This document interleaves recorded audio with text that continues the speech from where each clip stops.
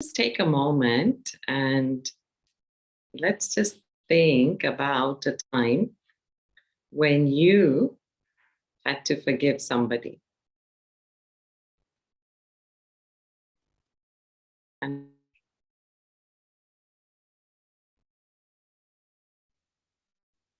was it difficult? Did you have to like grit your teeth to forgive naturally to you? Or was it difficult in the sense of all the past memories came up?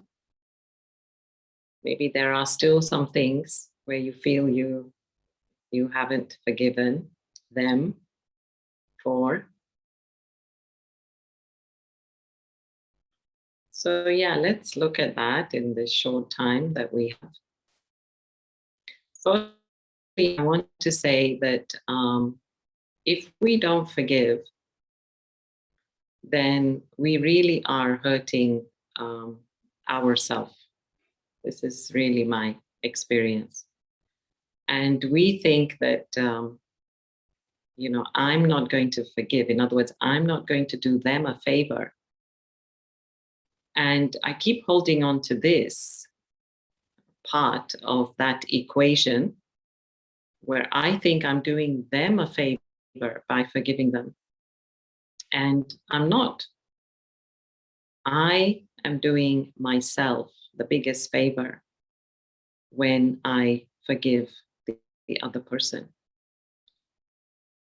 And so the reason is that when I'm not forgiving, then what am I doing? I'm holding on, right? I'm holding on to all that old stuff. In fact, when we say forgive and forget, we should not remember what happened, why it happened, right? None of that.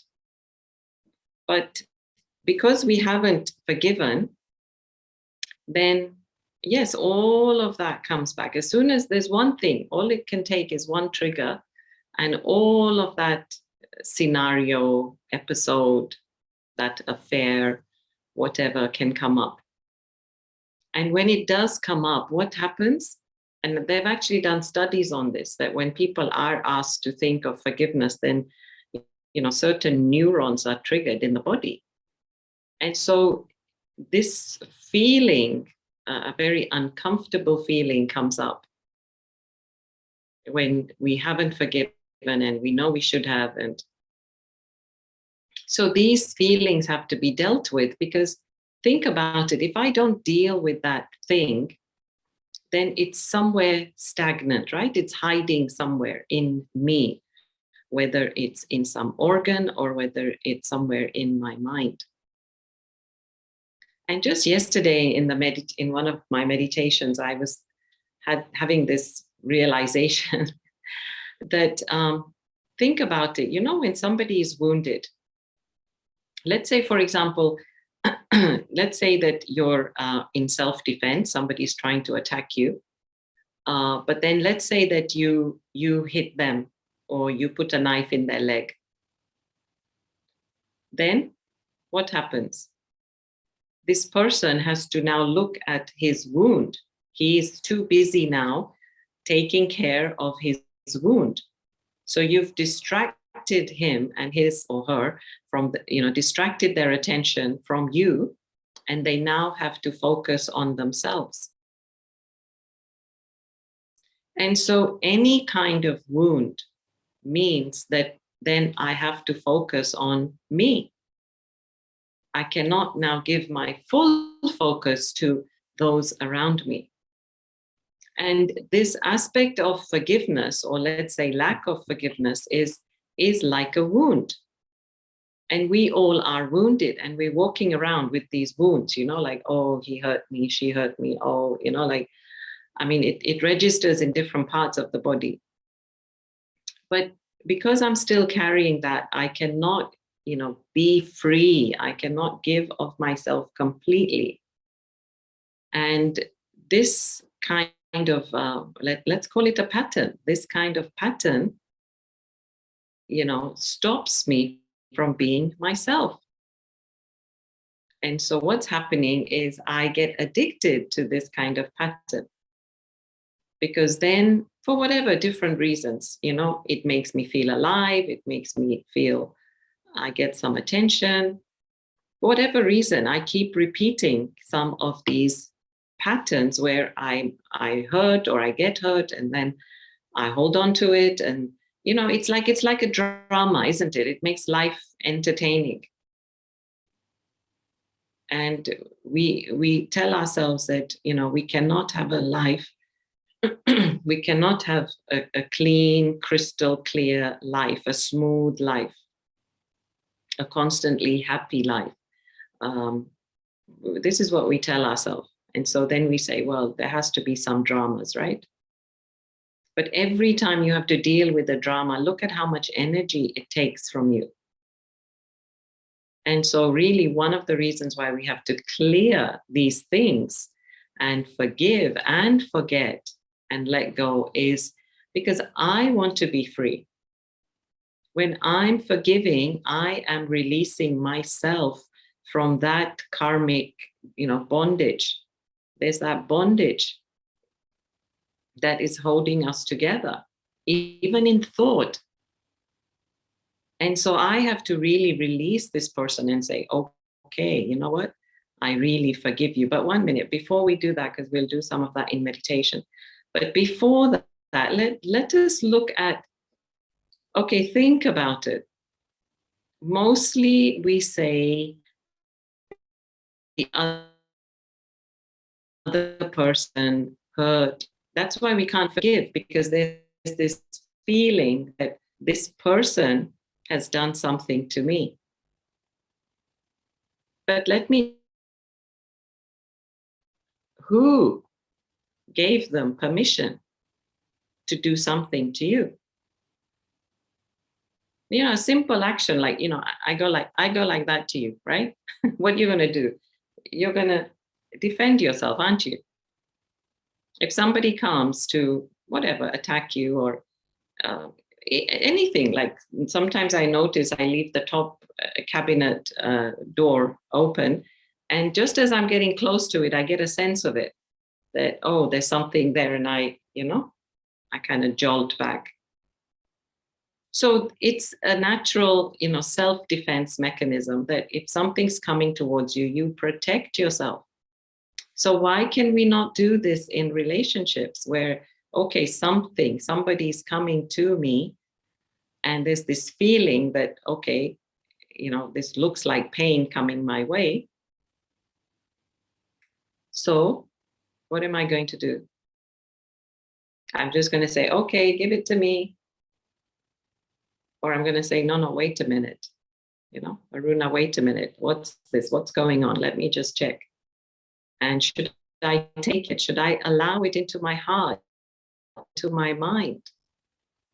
Yeah, that's the first step. That's the first security, let's say, that we should have is, firstly, I don't allow it to enter me. Okay, say now it has gone in. Say I have taken the sorrow. Say I'm now badly hurt. Then what do I do? So then again, I have to sit with myself. Yeah, this work is always first with myself. We can go and blame others and point the finger and say, you did this. But the damage is done, right? And so what, even if they apologize, then that will only make you feel half better. You still have to do the other half of the work of strengthening your heart, of strengthening your mind, where you don't create extra thoughts, waste thoughts. And what is forgiveness? Forgiveness means your vision of this person has changed. You don't talk about them disparagingly. You don't talk about them negatively. You don't comment about what they are and what they did and how they were. This language, this tone towards them, this ill feeling is gone. That's the work that I need to do. Even if this person did do harm, yes, okay, we accept what they did was not right. But this is where I always say that, this is what I always say is like, you're taking the poison and you're expecting the other person to die. This is your poison, isn't it? You keep having these negative, ill thoughts, but it's damaging you, not them.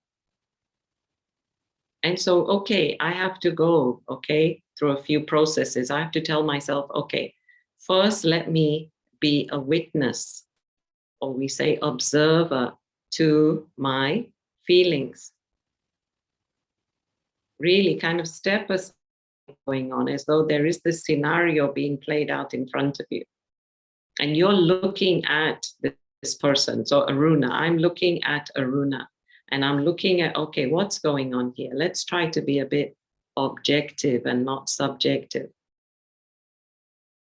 And then, mostly, mostly it's the voice of a child, a little child. And the child says, no, this one hurt me. This one did this to me. And then the other side of you will say, okay, don't worry. Okay, we're going to sort this out. Tell me exactly what happened. And then the child in you says, okay, well, I said this and this, whatever. You talk it through. And this is how you are healing yourself.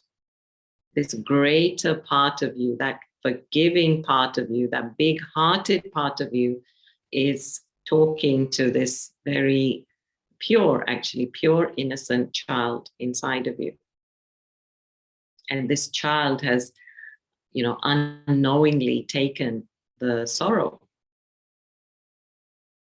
And so now we have to tell this child that, okay, you cannot do this anymore. Okay, so anyway, one is the witness, the observer. And then together with that, I have to befriend myself. So this is how I'm befriending myself. There's one, wise part of me talking to the other, maybe innocent part of me. And acceptance of what has happened. Really, I cannot blame somebody else. I have to accept what has taken place. Because I was also a party to that, right? I was 50% a shareholder in what happened. I placed myself in front of that person. I trusted that person too much. I gave maybe more than I needed to. So I also have to learn my boundaries. I also have to learn, what to say, how to say. So there's things I have to do, right? So let me accept, okay, what's my part in this conflict? And once I really accept what is my part in this conflict, then there is a deep peace, actually. Because I take charge of my life. I take charge of my feelings. I'm not blaming you, I'm not saying to you, okay, only you can fix my life. If I'm saying only you can fix my life, then I'm giving all my power over to you. And I'm saying, right, make me happy now. Actually, this is the problem, isn't it, in relationships? As soon as you feel a sense of satisfaction from somebody, then you're going to feel that sense of dissatisfaction from them as well. That's the problem. So really, we cannot put anybody on a pedestal, and we cannot say that, we haven't signed this contract, right? With everyone to say, okay, you have to make me happy. No. I have to take charge of my life. I have to, okay, this was the other thing I was thinking. So in forgiveness, right? Who's going to give first? Who's going to become great and say, okay, you know what? I'm sorry. Or I forgive you. Who's going to be the first one? Because the first one is the greater one, the big-hearted one. And if I'm not able to forgive, what is blocking me? It's the ego, isn't it? The ego is saying, no, they should first. And if you're thinking like that, they should first, then you might be waiting forever. Right? If you're thinking that they should forgive, or they should at least apologize. So yeah, how our expectations rule us is, well, we set up the expectations that this should be like this and that one should be like that. And lately we've been discussing the weather. Oh, the weather should be, good in December. I mean, the weather is cold, no? You can't expect, 20 degrees in December in a place that's going to have a snowfall. So that is a very false expectation. So you have to be aware of, who it is you are having expectations from. And are they high expectations, the expectations that they cannot meet? So this is where we, set ourselves up for defeat. Because we say this should be like that, and that should be like that, and that one should say that. And also this other word, right? How many of you use this word, at least? Yeah, at least they can be nice, at least they can be kind. At least, like that's at least in my measure, right?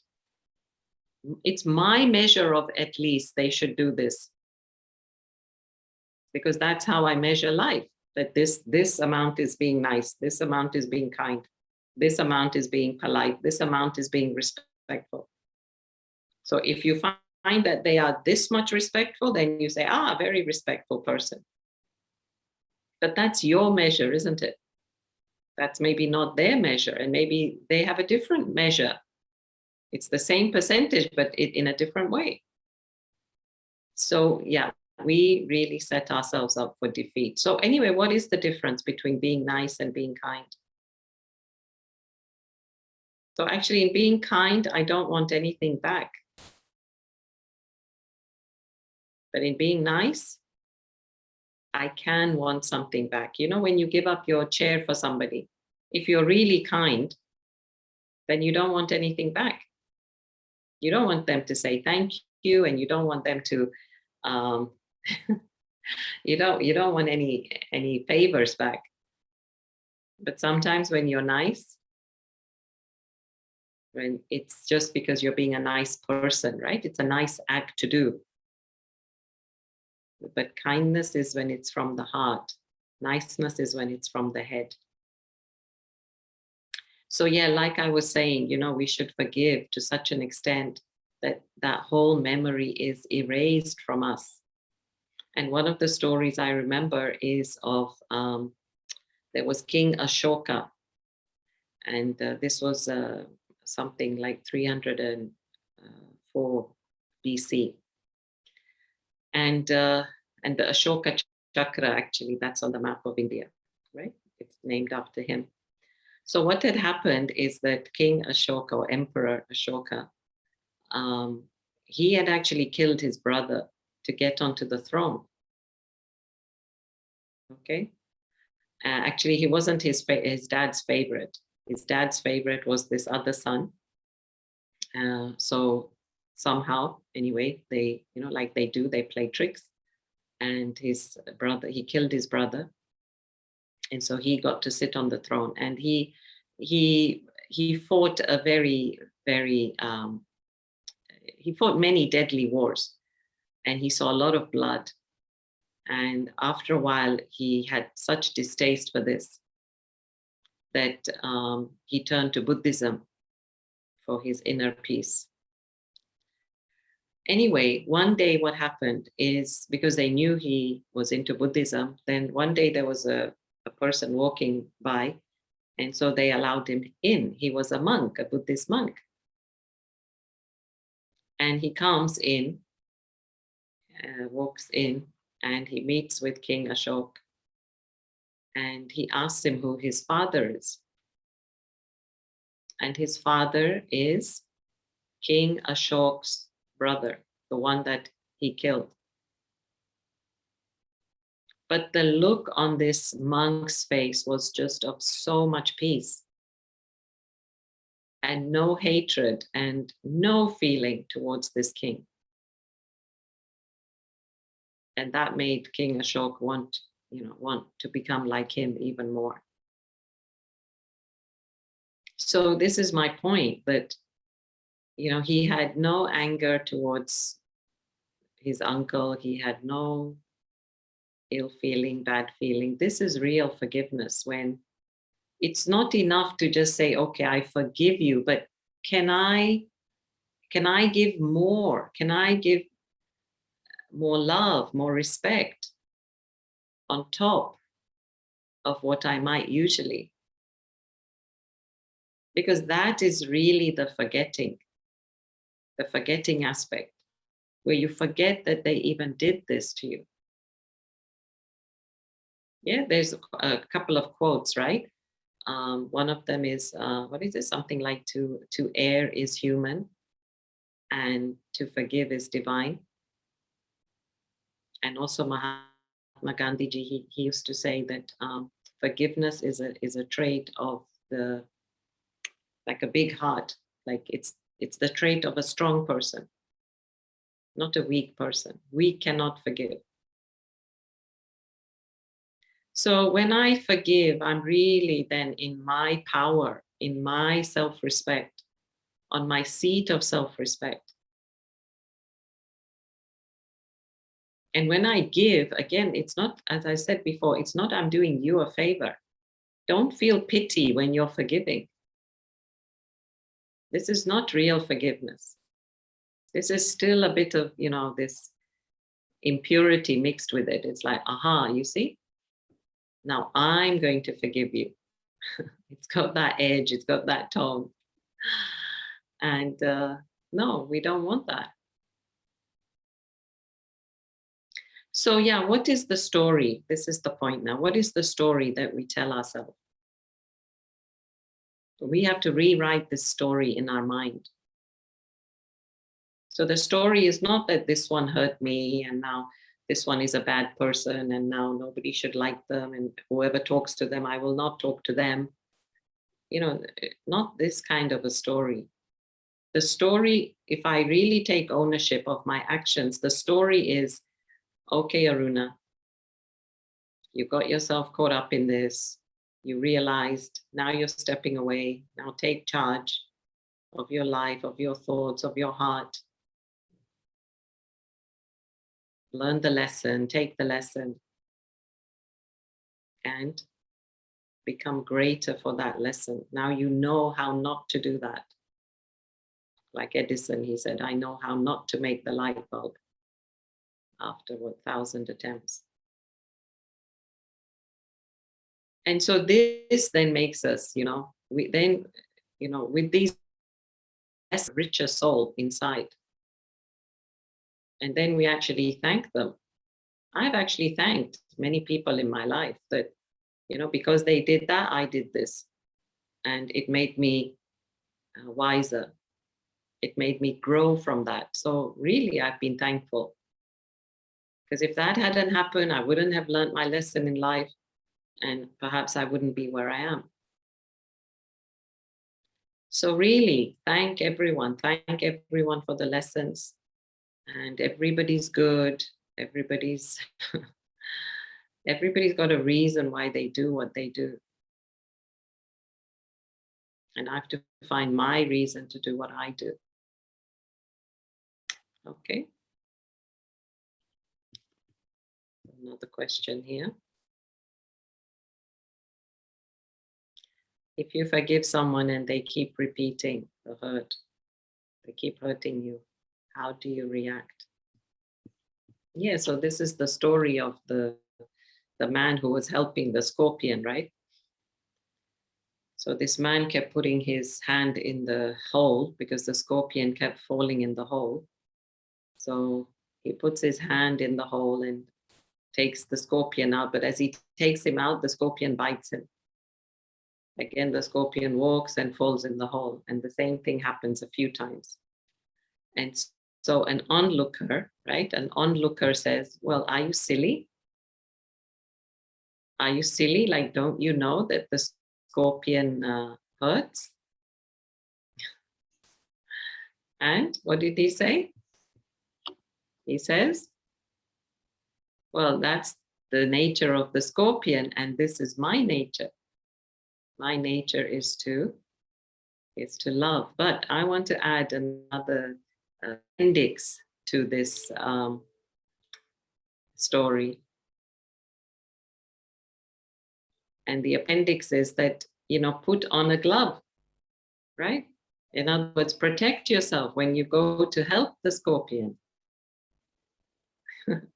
So the point being here that if you know that this is how you got hurt, then next time you should have that shield, that aura of protection.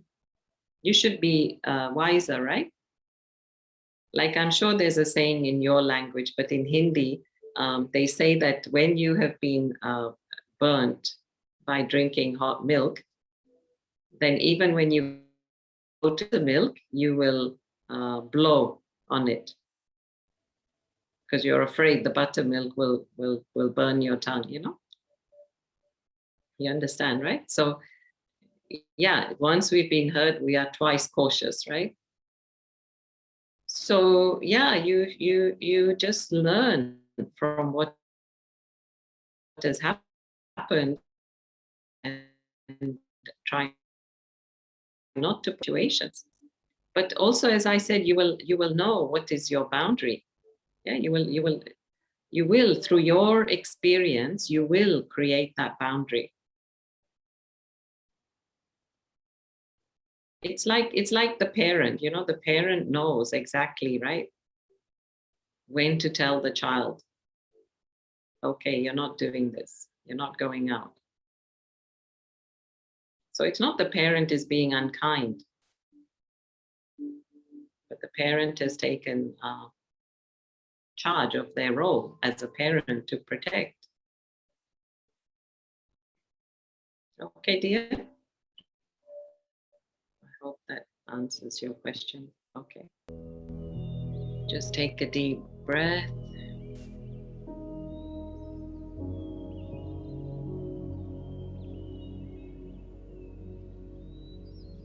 And just let's sink into this moment, this beautiful moment where we have created this time for ourselves.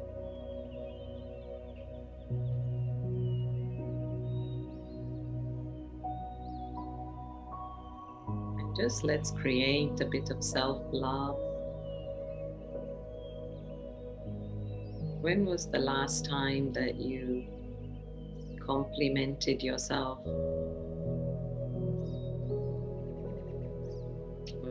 When you appreciated yourself? So just say to yourself, okay, Aruna, or whatever is your name, you say, okay, you're doing great.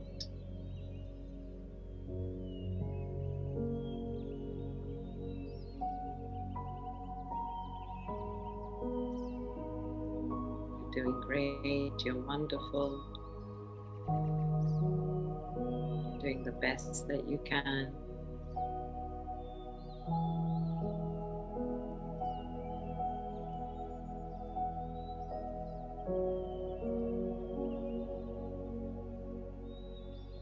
And I'm really proud of you.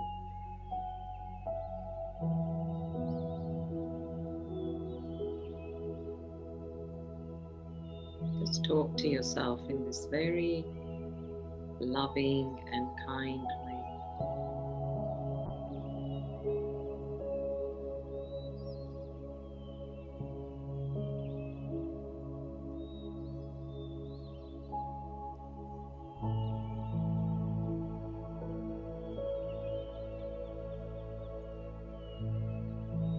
And really feel like the whole of your being is being filled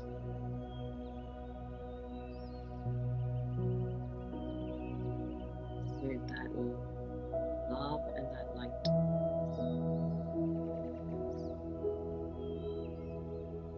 Every part of your being needs to now vibrate positivity.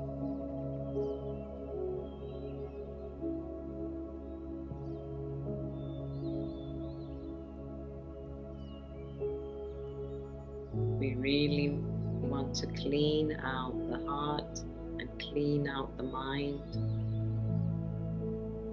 So there is absolutely nothing toxic inside, no poison left inside.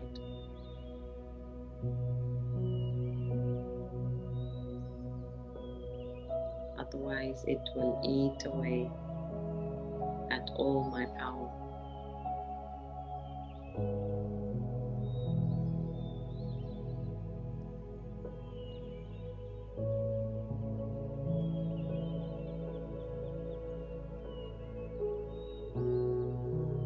And so, if you like, you can do this real life, which means you can take a person in your mind that you need to forgive,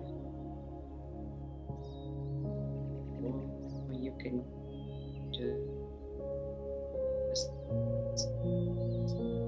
do the exercise.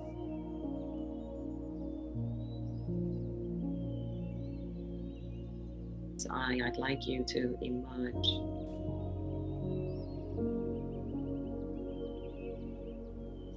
in your mind's eye. I'd like you to emerge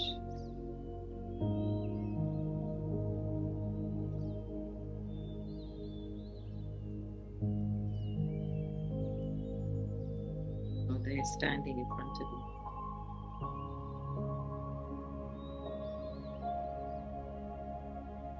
And so there's you and this person, or you and this situation.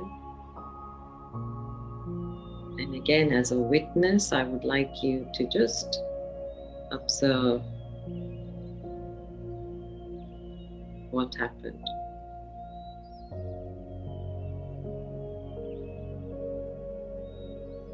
So maybe some words were exchanged, maybe they didn't do as they were supposed to do.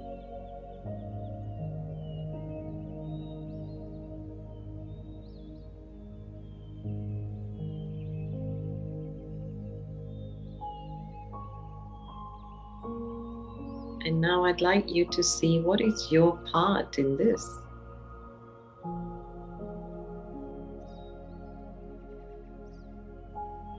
This is all happening.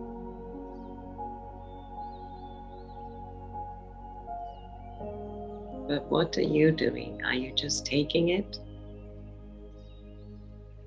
Maybe you need to be a little assertive.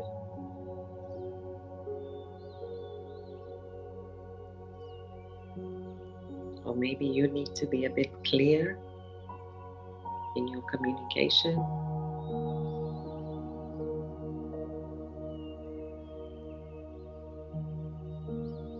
Just observe yourself, what's going on. We cannot know what is going on in the mind of the other.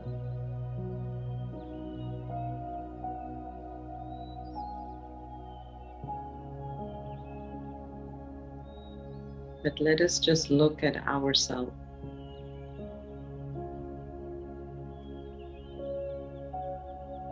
Again, try to think of that situation if you have one. Try to be in that situation now.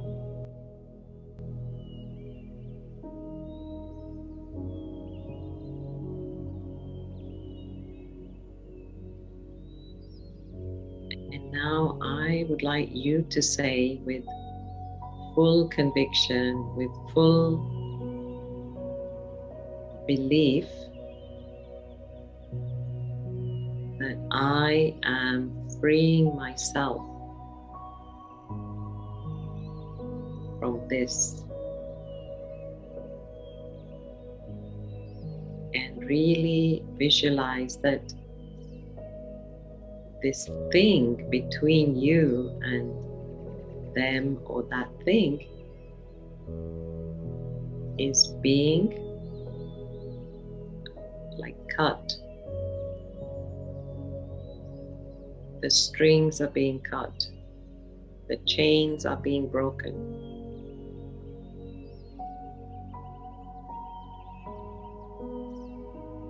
Again, repeat to yourself, I, Aruna, am freeing myself from the pain of this.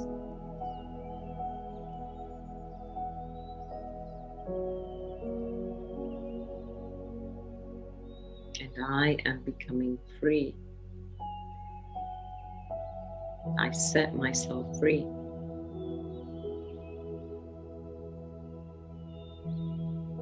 And just feel the joy of that freedom, of not having to think about that thing anymore,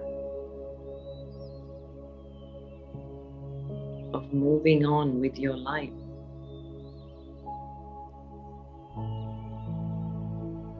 Moving on to perhaps better things.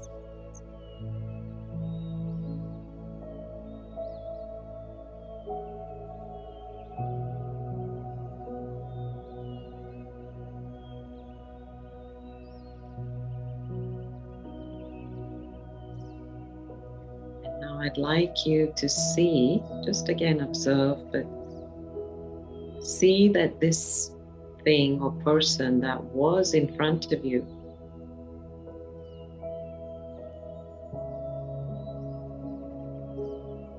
it's as though they are floating away into the distance, like a balloon that you release and it just goes into the sky and it gets smaller and smaller and smaller. And so too, just let this thing go and really in your mind's eye, see it really moving away from you. And it's becoming slower and slower and smaller and smaller.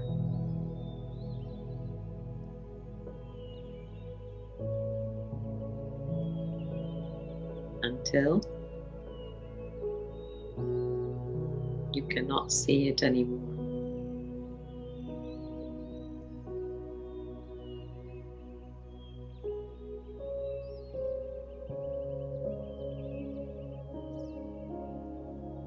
And it's really gone.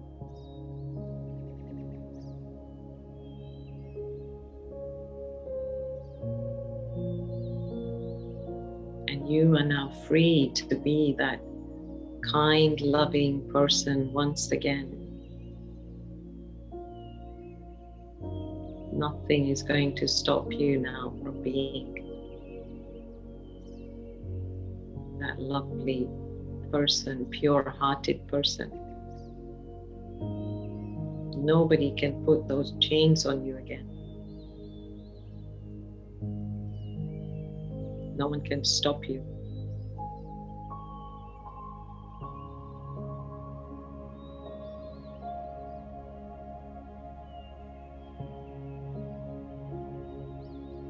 And so now you feel that power, that inner power. You've tasted that freedom.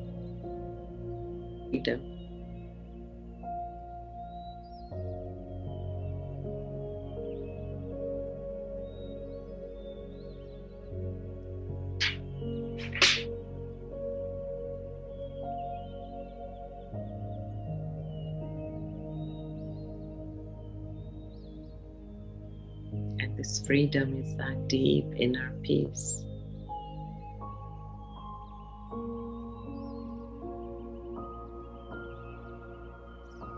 This is that deep peace that you are seeking.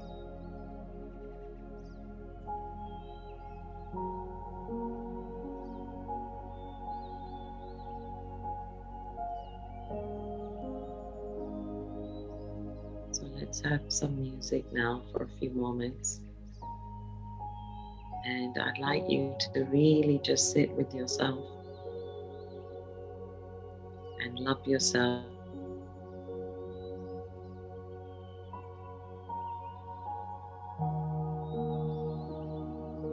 like when you had some sickness, but now you are fully cured.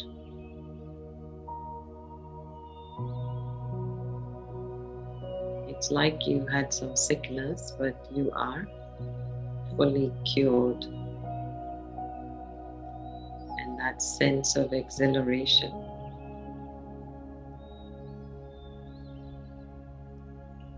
So let's just stay in those quiet moments,